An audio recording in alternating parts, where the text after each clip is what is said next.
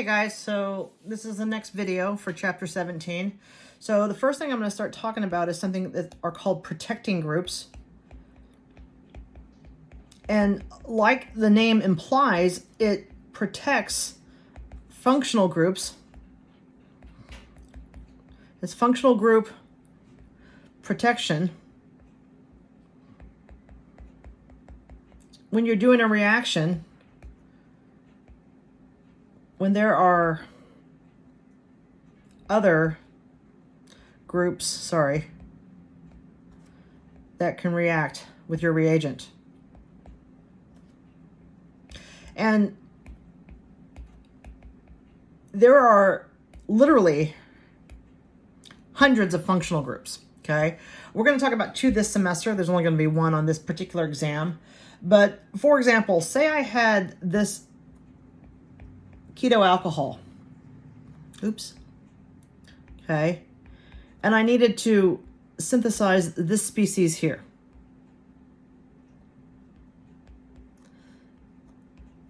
And so I needed to add a benzyl group, okay, to the carbonyl carbon, okay? And so what would happen if I just went ahead and used benzyl Grignard, and of course second a water workup, I would actually not form that species, but instead this hydrogen-oxygen bond would be broken by the benzyl Grignard,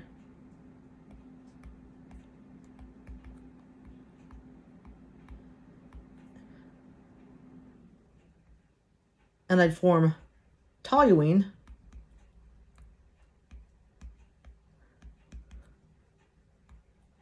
plus this anion or ion as well. And so obviously when we have sensitive groups, so we know that our Grignards are bases, okay? And we know that these hydroxy groups can act as acids in the presence of a strong base. And so what we're going to do is we're going to protect this group here. We're going to do our chemical reaction, and so then we're going to deprotect. And so when we have this type of a scenario, the first thing we're always going to do is protect. Okay? Then we're going to do our reaction. Once we do our reaction, we're going to remove the protecting group that we put over here in what we call a deprotection step. Okay, and so for the protection group, what we're going to do is we're going to use a species that is called tetrabutyl dimethyl silyl chloride, or TBDMSCl.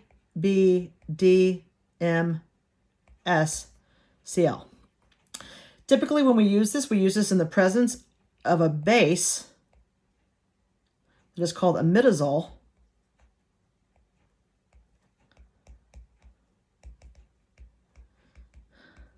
The reaction we're going to do is just like the reactions I just showed you, okay? And then we're going to deprotect with a species that is called tetrabutyl. So 4 butyl groups, ammonium fluoride. Okay, and so now we're going to introduce, this is going to be step 1. Step 2 and 3 are going to be our organometallics, okay, with our water workup. And then step 4, of course, is going to be our deprotection step. So let's talk about this in terms of the reaction and the mechanisms involved, okay? So again, say I needed to make, say I started with this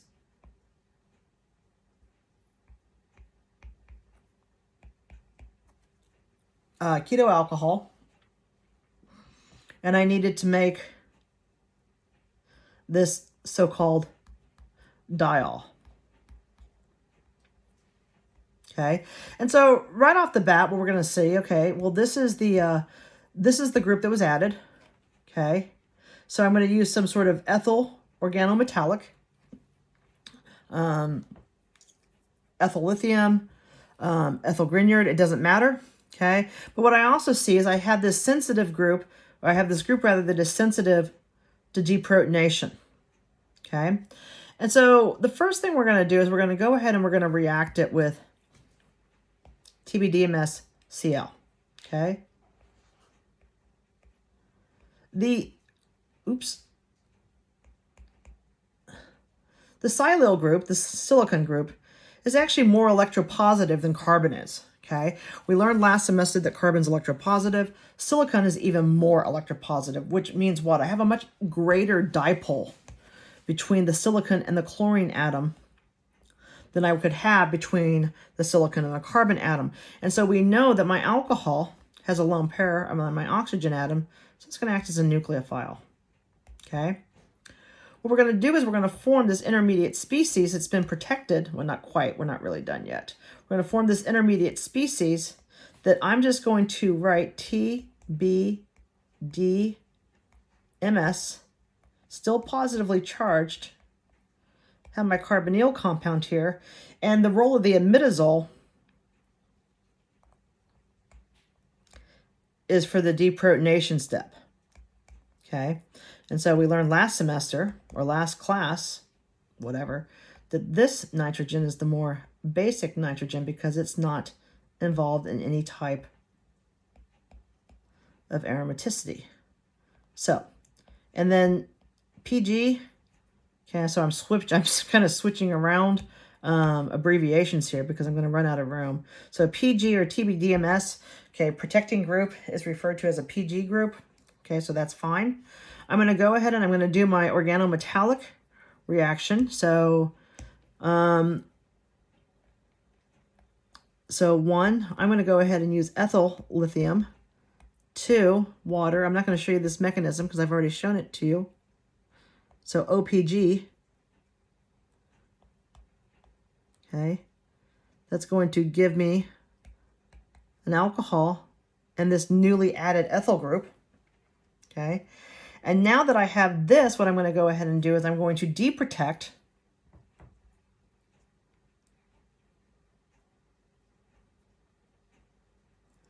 Okay, I'm going to deprotect. So I'm going to redraw this out to show how the deprotection step works.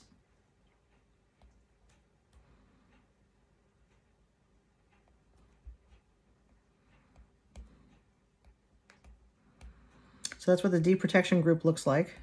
Oops, sorry, I'm getting ready to draw the same thing we just started with. And fluorine from the T-bath, okay, so up here, we're going to call this T-bath, okay. The fluorine from the T-bath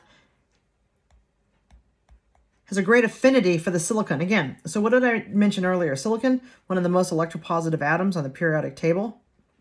Well, it's actually the most electropositive nonmetal, okay? And then I have fluoride, which is the most electronegative atom on the periodic table. And so they have a great affinity for each other. Now, it is a counter ion. So the tetrabutyl ammonium fluoride is simply a counter ion for the fluoride. So it's the fluoride that we see. It's going to do all the heavy lifting here. And so this right here is the deprotection step.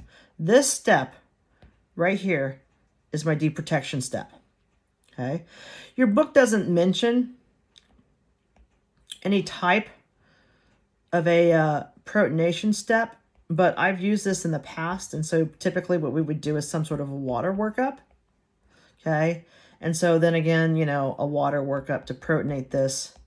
And then that would give us our desired product. So I'm just going to draw a line over there.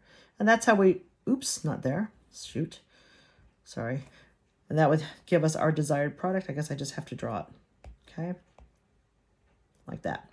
Okay. And so that's what you have to do. Okay. Again, I'm not really sure how I'm going to do the synthesis on the exam, but you might see 1 or 2 of these. Okay. If not on this exam, probably on another exam. Okay, so now that we know how to protect these puppies, let's talk about some other reactions, other carbonyl compounds with organometallics. So we have this general carbonyl compound. Okay, we're going to talk specifically of acid chlorides and esters. Okay, and so before we were talking about reactions, which, hold on, where I could do addition, which is pretty much what we've talked about so far in this video and the previous video, or I can do substitution. And so when I take, okay, an acid chloride or an ester, and I react it in the presence of a Grignard,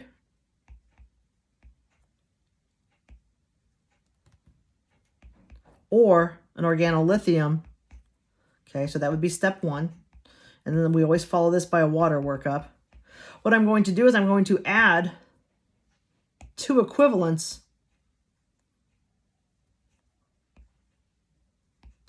of the alkyl groups. So they're both added. I'm also going to add the proton from water. And why is that? Well, because over here I have this leaving group here. So now that I have Z, okay, I have this good leaving group, okay? Or a leaving group that can leave given the acid-base equilibria of the particular reaction. So I have this leaving group here.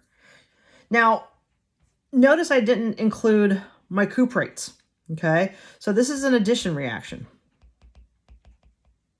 With my cuprates, like I told you before, they're not as reactive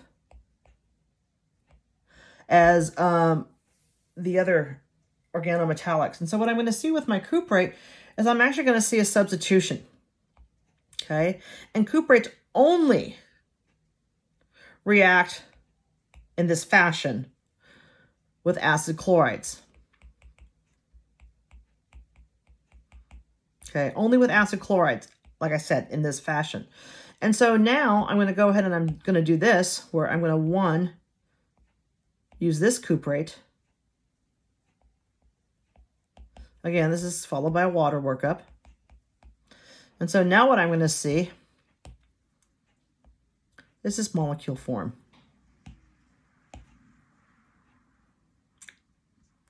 Okay, so I'm going to form a ketone. Okay, and so with organolithiums and Grignards and acid chlorides or esters, I get a tertiary alcohol. Okay, with an acid chloride and a cuprate, I get a ketone. And so let's go ahead and take a look at this reaction mechanism. Okay, and so I'm going to go ahead and I'm going to take this acid chloride and I'm going to react it in the presence of 1, this organolithium, which we've seen before, 2, water. Now, again, we're not really balancing our chemical equations here, so we're going to assume an excess. Okay, we're going to assume an excess. And so first step of the chemical reaction, of course, is nucleophilic attack. I'm going to form this tetrahedral intermediate. Oops. I'm going to form this tetrahedral intermediate that's going to look like this. And so you can see the new bond, which I'm going to draw in red. Okay. And then we're going to see the cuprate, the organolithium that's added down here. Okay. So this is our intermediate species. Now, typically we would see if this was an aldehyde or a ketone, we would just go ahead and protonate this. But what we don't have with an aldehyde or a ketone is a good leaving group. With the chloride in this particular example, we have a great leaving group, okay? And so what we're going to do is we're going to go ahead and we're going to form this bond right here. We're going to reform our carbonyl bond. And so what I'm going to get is I'm going to get this newly formed ketone. It actually happens to be an alpha-beta unsaturated ketone. Okay. Now, what we're going to see is another equivalence of the organolithium. It's going to come in. So the reaction does not stop. I think I added an extra bond in down here. Yes, I did. Ugh. Sorry about that. So the reaction is not going to stop. So I'm going to get another equivalence up here. Break the bond. Okay, I'm going to quit drawing in different colors. Actually, I'm going to keep drawing in different colors. I'm going to form this tetrahedral intermediate that is now going to have 2 of these organolithiums that have been added. Now we're going to see a protonation step with water.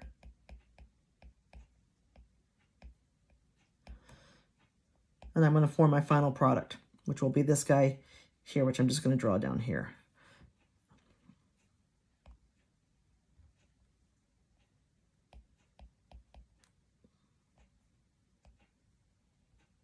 Okay, so a tertiary alcohol. Okay, and it would be the same thing. Okay, it would be the same thing if I had an ester. The only difference in an ester is my leaving group is going to be, in this case, an ethoxide, but it would be an alkoxide. And so now I'm going to go ahead and I'm going to react this in the presence of 1 phenyl grignard, 2 water. Okay, I'm going to form this. I'm going to form this alcohol here. Actually, let me draw it like this.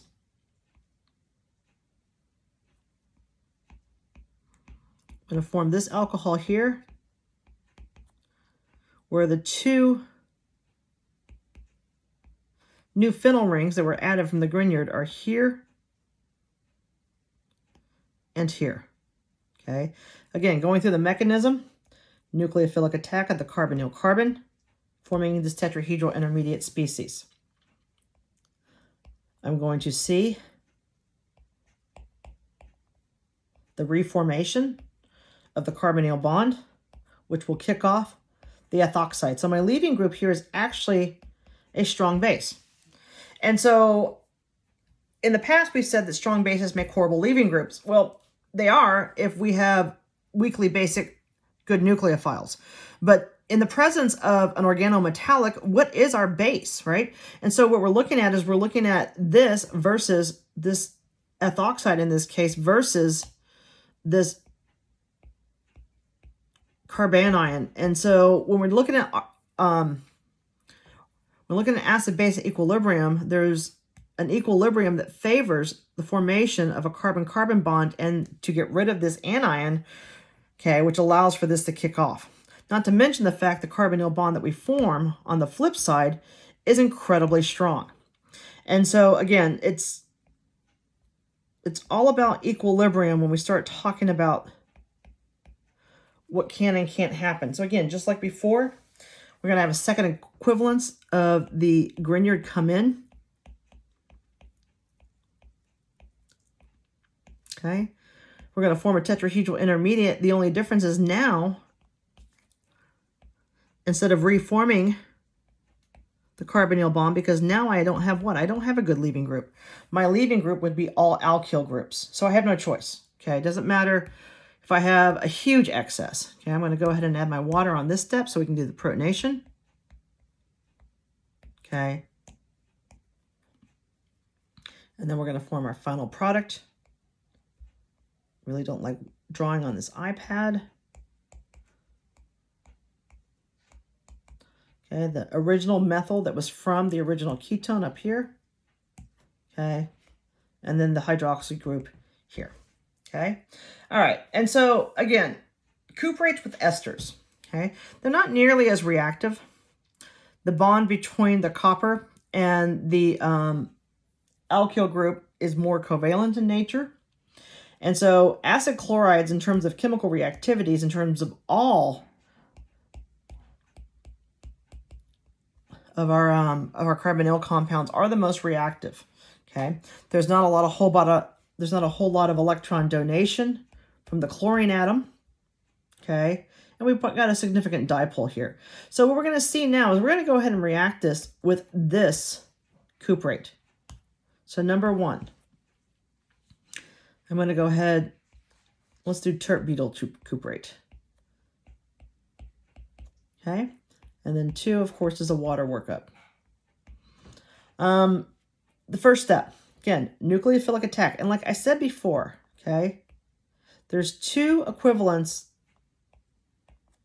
of the tert butyl group here.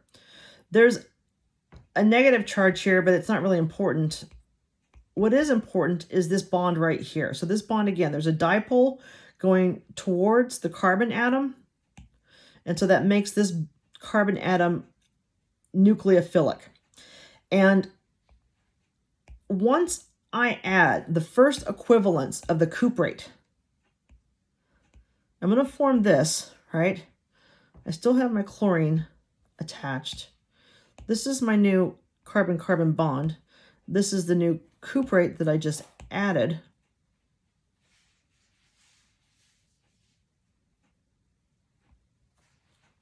Okay.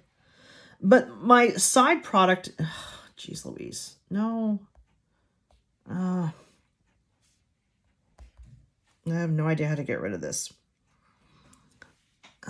Damn it. Oh, there it is. Oh, no. Jesus. You guys must love watching me fight with this shit. My side product, on the other hand, is what? Tert butyl copper. So this is neutral. Okay, this is neutral. Copper has an octet. Not copper. Carbon has an octet. Okay, and it's non-reactive. So this is non-reactive. So it's just going to stay in solution. Okay, and so what we're going to see here then is going ahead and reforming that carbonyl bond. And so what I get is this new ketone down here. Okay, that looks like this.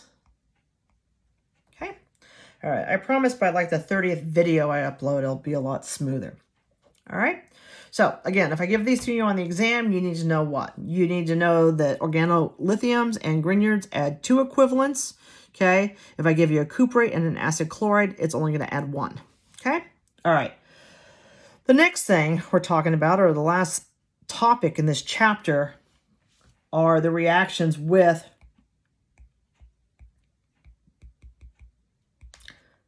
so-called alpha, beta, unsaturated ketones. Okay, and so as I alluded to earlier in the last video that I posted, okay, these are selective. Okay, we actually have a couple of different dipoles here. Okay, we have an electropositive carbon atom here, and I have an electropositive carbon atom here. And we know that because if I go and I draw my resonance forms, what I get is I get this resonance form, which is valid. And then I can move this double bond over here and get this resonance form as well. And so when we look at these resonance forms, oops, that should be an actual charge, my bad. Oh, damn it. Okay. What I get now is I get a resonance hybrid that looks like this. Okay. And so the resonance hybrid looks like this. And yes, I have a negative charge here, but what is important is the partial positive charge here and the partial positive charge here. So basically I have 2 electrophilic sites.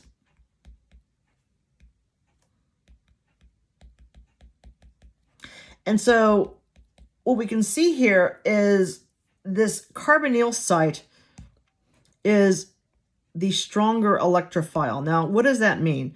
It's hard to explain, but it goes into molecular orbital theory. This is a harder electrophile.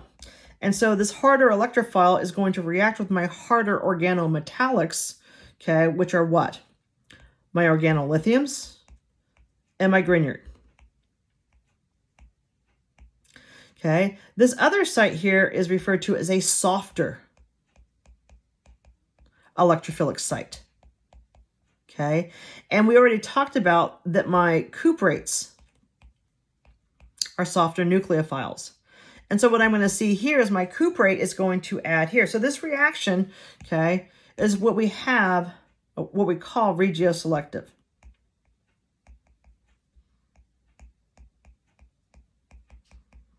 And so what does this look like? Well, if I start with the same,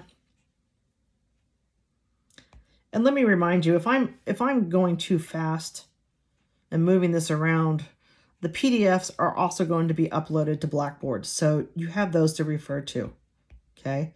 If I take this carbonyl compound and I react it in the presence of 1 RLi or RMGBr, 2, of course, water, okay?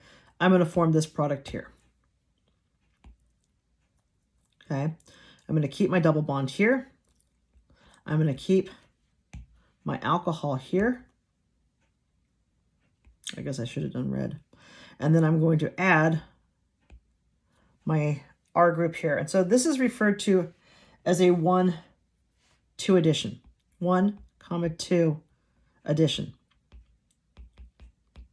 And so when we look at this and we need to figure out, well, how are we numbering our atoms?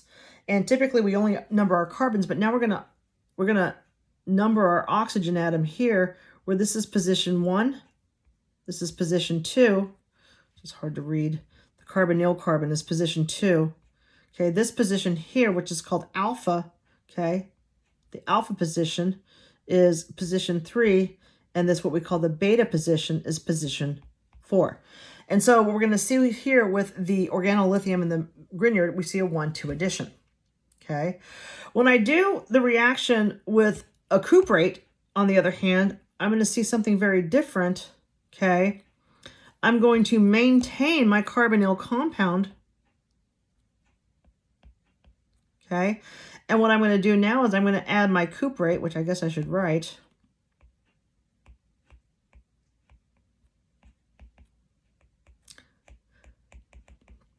I'm going to add my cuprate here, okay, in the so-called 4th position. So I'm going to see 1, 4 addition. And so this is not as straightforward because it doesn't seem like we've added anything in the 1 position. The 1 position up here, we added what? We added this hydrogen on the oxygen atom. Okay, let me do a different color. We added this oxygen atom here on this hydrogen atom, rather, on the oxygen atom, and it's obvious how we added the alkyl group to the 2 position. We did add the alkyl group here to the 4 position, but what we do is we actually form this intermediate species during the course of this chemical reaction.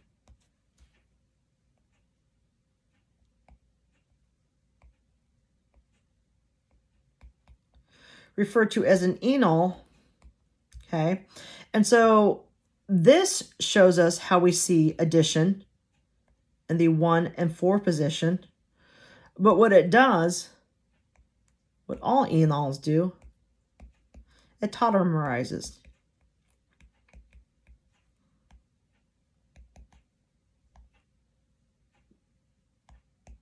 Okay, it tautomerizes. Okay, so let's go through the mechanisms of these. Okay, again, they're pretty straightforward. They're not, well, the first one is, it's actually identical to everything I've shown you so far this semester, or this chapter. So we're going to react this with ethyl lithium to water. First step of this, okay, addition to the 2 position. We're going to break our carbonyl bond. We're going to form this tetrahedral intermediate. Now, this is the new group that I just added here. Be careful not to drop your carbons. We're not going to reform the carbonyl bond because why? Well, I've got an alkyl group, an alkyl group, and an alkyl group. So I don't have a good leaving group. So water's going to come in. It's going to protonate. Okay. And I'm going to form this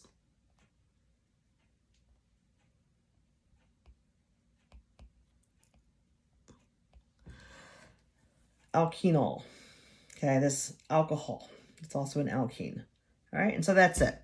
So again, what we're going to see here, we're going to see 1, 2 addition. Doesn't necessarily happen in that order, actually. So don't get freaked out that these numbers are orders, because they're not. The first step is the addition to carbon number 2. Then we do the protonation step, which is oxygen, which has been given the number 1 addition. Okay? Now with the cuprate, it gets a little different. Okay, so let's take this same compound. Okay, carbonyl compound, my alpha beta unsaturated ketone. We're going to first react it with diethyl cuprate. Okay, and then 2, we're going to react it with water. Okay, so to make my mechanism a little easier, I'm going to come over here. I'm going to draw my, oops, I drew a chlorine on accident. I'm going to draw these here, a little lithium atom down here. And so what I'm going to do is I'm going to add to the 4 position. Now, I'm going to push this double bond out of the way because I can't just add there without moving something over. And so what I'm going to do is I'm going to form this intermediate species that shows the addition, okay, of my ethyl group to position number 4. Okay, we're going to follow this up with a water workup, just like we have before. I'm going to form this water workup here. Okay, and what I'm going to see is this intermediate species here that is referred to as an enol. This enol will tautomerize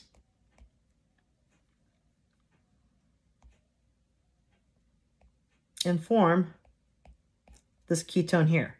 So again, going back and seeing how we did. First we added to what? Position 4. Let me change colors here. So we added to position 4, then we added to position 1. Again, not in order, but what we're going to see here is a so-called 1,4 addition. Okay? All right. Synthesis. Everybody's least favorite topic.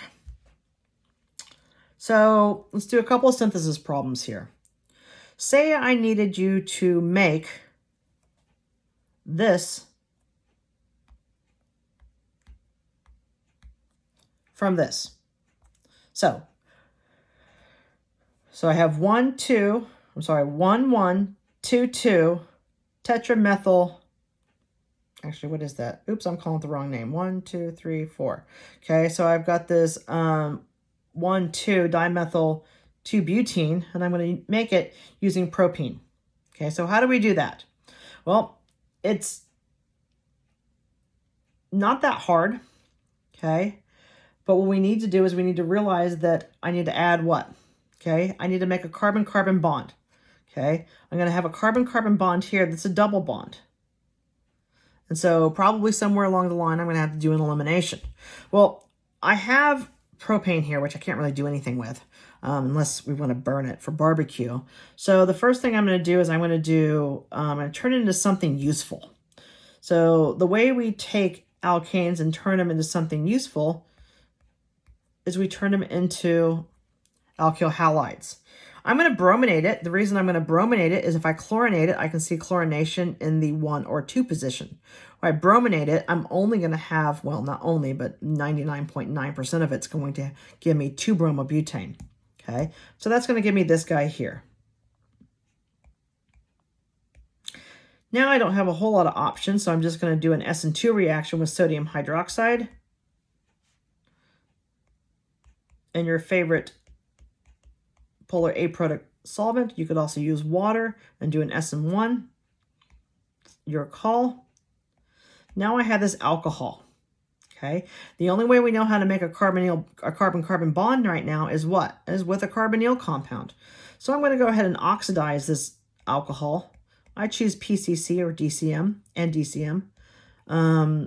Your chromates would work, but since it's a secondary alcohol, so it's totally up to you.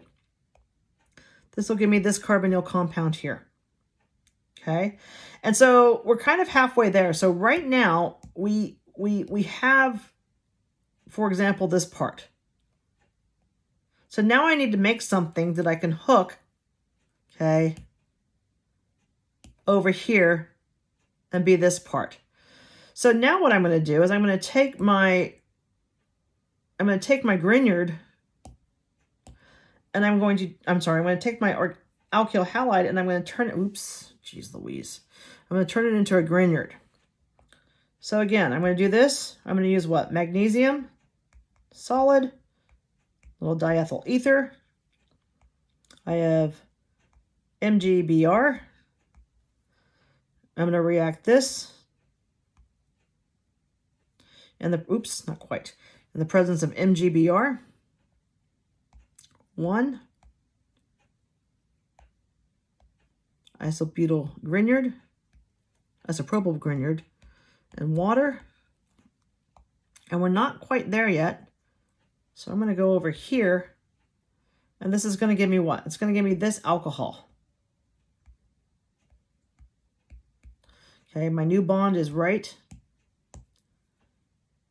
here. Okay, so for those of you that are keeping track at home,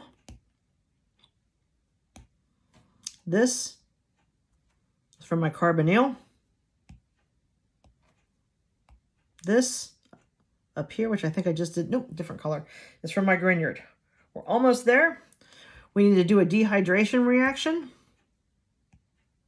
And so the next step, tertiary alcohol.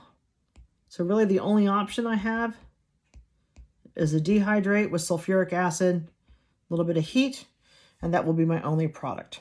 Okay? And what about some protecting group synthesis? Okay, what about some protecting group synthesis? Well, say I gave you this here.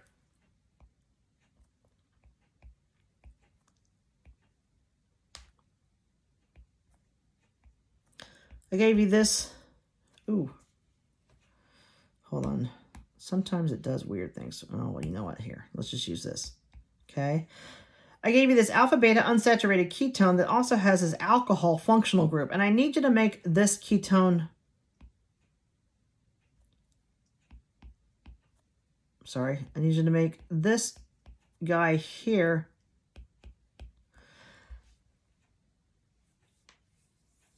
as your final product. Okay. A couple of things you need to notice here. Okay. First of all, I added another alkyl group. So the only way we know how to add other alkyl groups again are what? Organometallics. So I need to use some kind of organometallic. The second thing you need to notice is what? I added this to position number 4. Okay, I added this to position number 4. So right off the bat, you have to say cuprate. Also, too, I have what? I have an acidic proton that will react with a cuprate if I don't protect it.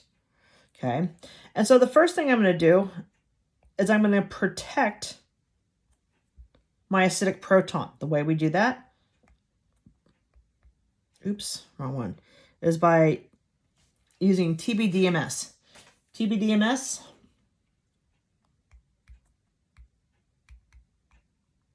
chloride in the presence of imidazole.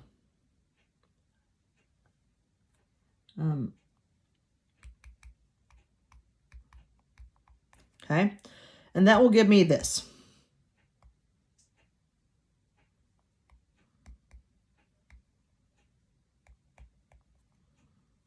Now I'm going to go ahead and I'm going to add my cuprate.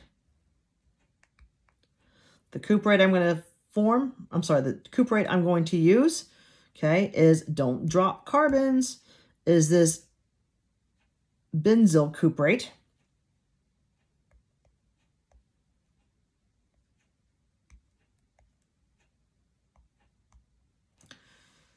The ugliest C I've ever drawn in my life. Okay, 1, 2, water.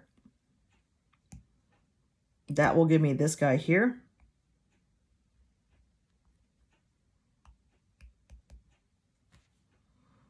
Oops.